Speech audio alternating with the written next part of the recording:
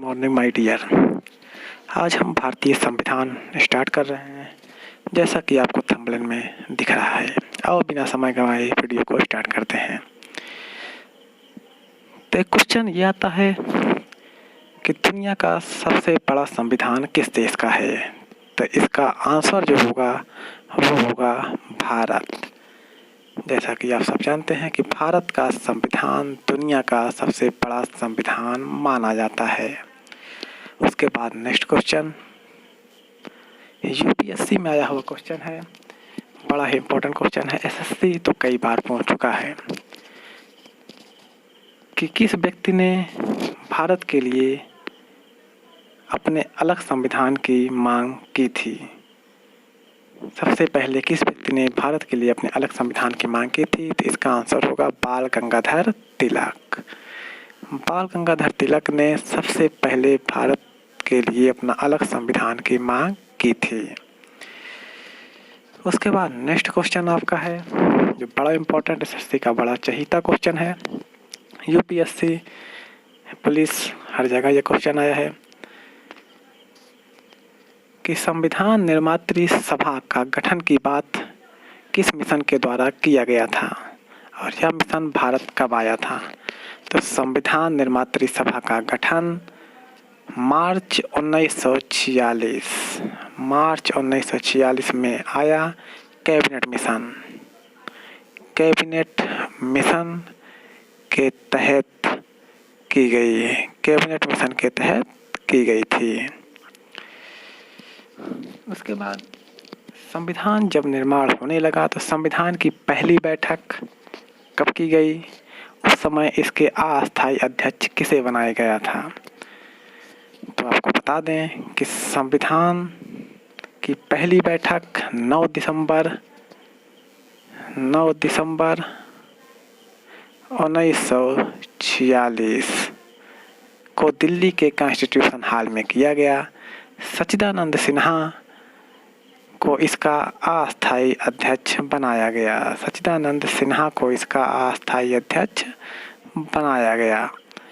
उसके बाद दूसरा क्वेश्चन आता है। सारे क्वेश्चन मैं आपको डिस्कस करते चल रहा हूँ, इसके अलावा कोई भी क्वेश्चन इससे बाहर नहीं आता है और इसी के साथ आपका संविधान भी क्लियर होता जाएगा। संविधान की दूसरी बैठक आपकी 11 दिसंबर 1946 यानी पहले बैठक के एक दिन बाद 11 दिसंबर 1946 को हुई। इस बैठक की सबसे बड़ी खास बात यह रही कि इस बैठक में राजेंद्र प्रसाद को अस्थायी अध्यक्ष बनाया गया। राजेंद्र प्रसाद जो कि भारत के प्रथम राष्ट्रपति भी हुए, बाद में उनको इसका अस्थायी अध्यक्ष बनाया गया।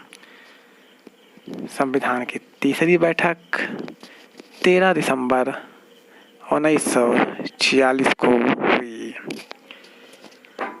उसके बाद इस संविधान के निर्माण के लिए बहुत सारी समितियां बनी, सभी ने अपनी अलग अलग रिपोर्ट दी।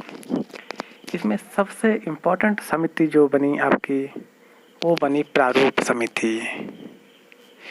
प्रारूप समिति इसकी सबसे इम्पोर्टेंट समिति थी, जो कि आपकी 29 अगस्त 1947 को बनी। इसमें कुल 7 सदस्य थे और इसके अध्यक्ष भीमराव अंबेडकर जी थे, जिन्हें संविधान का जनक कहा जाता है। भीमराव अंबेडकर जी प्रारूप समिति के अध्यक्ष थे। यह समिति 29 अगस्त 1947 को बनी थी। इसमें कुल 7 सदस्य थे। इसके अलावा कुछ अन्य समितियां आप जान लीजिए जो आपके एग्जाम में अधिकतर पूछता रहता है। संघ समिति के अध्यक्ष कौन थे। तो संघ समिति के अध्यक्ष आपके पंडित जवाहरलाल नेहरू थे। नेहरू जी संघ समिति के अध्यक्ष थे। इसके अलावा पूछता है प्रांत समिति के अध्यक्ष कौन थे। तो प्रांत समिति के अध्यक्ष आपके वल्लभ भाई पटेल जी थे। सरदार वल्लभ भाई पटेल प्रांत समिति के अध्यक्ष थे। इसके अलावा एक क्वेश्चन आता है, झंडा समिति के अध्यक्ष कौन थे?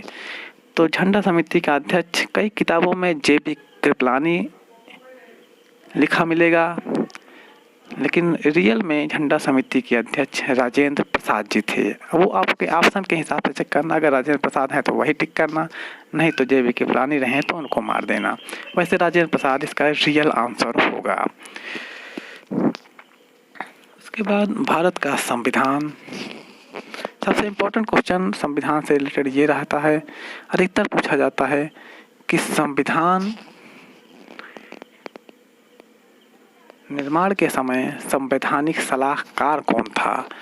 तो संवैधानिक सलाहकार थे आपके BN राव। बहुत ही important question, police, SI, UPSC, SSC सभी के लिए मोस्ट इम्पोर्टेंट क्वेश्चन है कि संवैधानिक सलाहकार कौन था? तो संवैधानिक सलाहकार BN राव जी थे। भारत का संविधान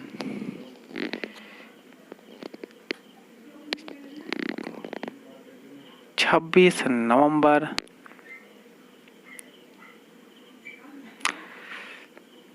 1949 को बनकर तैयार हो चुका था। उसके बाद 24 जनवरी 1950 को 308 सदस्यों के द्वारा इस संविधान पर हिंदी और अंग्रेजी में बारी बारी से हस्ताक्षर किए गए और इसे शांति निकेतन के कलाकारों के द्वारा भव्य रूप से सजाया गया। क्वेश्चन बहुत ही इम्पोर्टेंट है।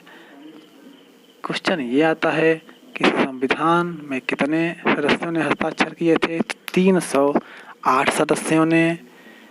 इसको किसके द्वारा सजाया गया था? तो शांति निकेतन के कलाकारों के द्वारा सजाया गया था। उसके बाद भारत के संविधान, जैसा कि आप सब जानते हैं, 26 जनवरी 1950 को लागू हो गया था। 26 जनवरी 1950 को लागू हो गया था। यह संविधान बनने में 2 साल 11 महीना और 18 दिन, 2 साल 11 माह 18 दिन लगा था।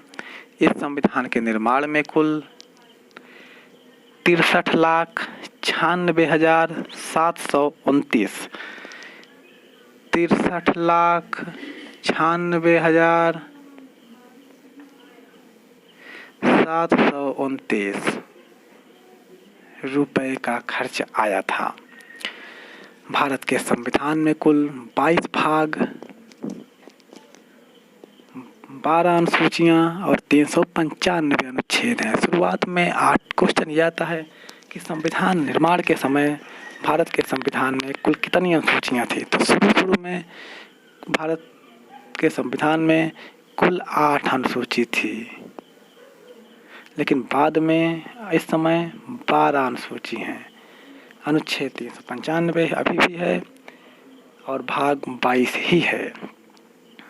और इसके बाद हम 22 भागों को डिस्कस करते हैं।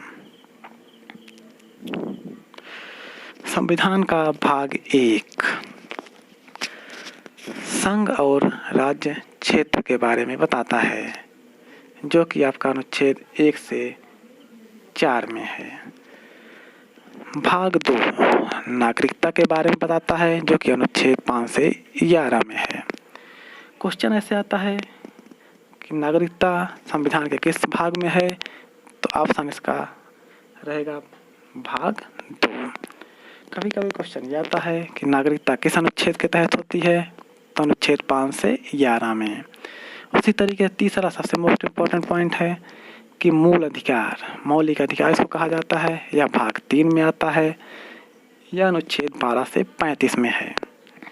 भाग 4 राज्य के नीति निर्देशक तत्व के बारे में बताता है, जो अनुच्छेद 36 से 51 में है। 4 का मोस्ट इम्पोर्टेंट है 4A मौलिक कर्तव्य, यानी मूल कर्तव्य के बारे में बताता है, जो आपका अनुच्छेद 51A में है। भाग 5 आपके संघीय कार्यपालिका यानी केंद्र की कार्यपालिका के बारे में बताता है, जो अनुच्छेद 52 से 151 में है। उसके बाद भाग 6 आपका राज्य के बारे में बताता है, जो अनुच्छेद 152 से 237 में है। उसके बाद अपना 7वां 8वां देखते रहना। भाग 9 पंचायत के बारे में बताता है। भाग 9 आपका पंचायत के बारे में बताता है, जिसके तहत आपके ग्राम पंचायत और नगर पालिकाएं आती हैं। उसके बाद आपका भाग 11 बड़ा इम्पोर्टेंट है, क्वेश्चन अधिकतर पूछता रहता है कि संघ और राज्य के बीच संबंध किस भाग में है, तो संघ और राज्य के बीच संबंध भाग 11 अनुच्छेद 245 से 263 में है। उसके बाद बाकी 12 13 अपना देख लेना। 14 बड़ा इम्पोर्टेंट है, क्वेश्चन पूछता है कि भाग 14 किससे संबंधित है, तो संघ और राज्य के अधीन सेवाएं, यानी संघ के अधीन कौन कौन सी सेवाएं आती हैं और राज्य के अधीन कौन कौन सी सेवाएं आती हैं, वो आपके भाग 14 में है, जो अनुच्छेद 308 से 323 में है। उसके बाद 14A अपना देख लेना, बहुत इम्पोर्टेंट नहीं है, ना कभी एग्जाम में आया ही नहीं है। भाग 15 बड़ा इम्पोर्टेंट है, निर्वाचन। भाग 15 निर्वाचन से संबंधित है, जो कि अनुच्छेद 324 से 329 में है। उसके बाद 16 अपना देख लेना। भाग 17 इसका बड़ा इम्पोर्टेंट है, क्वेश्चन आता है कि राजभाषा किस भाग के तहत आता है, तो यह भाग 17 के तहत किस अनुच्छेद में आता है, तो 343 से 351। राजभाषा, भारतीय संविधान में कुल 22 भाषाएं आपकी हैं, कुल 22 प्रकार की भाषाओं का वर्णन किया गया है और ये भाग 17 में आता है।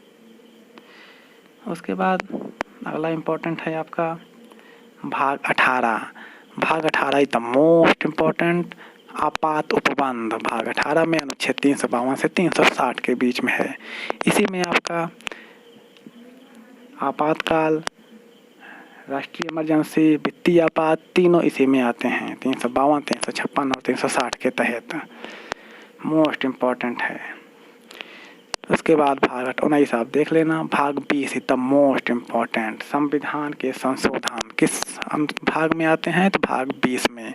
मोस्ट इम्पोर्टेंट क्वेश्चन है, कभी कभी यही क्वेश्चन पूछ लेता है कि अनुच्छेद 368 किससे संबंधित है, तो संविधान के संशोधन से। उसके बाद 21-22 बहुत इंपॉर्टेंट नहीं है, अपना देख लेना। आपको मोस्ट इम्पोर्टेंट चीज़ें मैंने आपको बता दी। इसके अलावा आप सब देखना चाहते हैं तो वीडियो को स्किप करके सारा पॉइंट नोट कर लेना। इसके अलावा आपको कहीं कोई प्रॉब्लम नहीं आएगी, मैं वादा करता हूँ। कोई भी पेपर उठा के देख लेना, इससे बाहर कोई भी क्वेश्चन नहीं आएगा। आगे का पार्ट मैं जल्द ही अपलोड करूँगा, तब तक जय हिंद।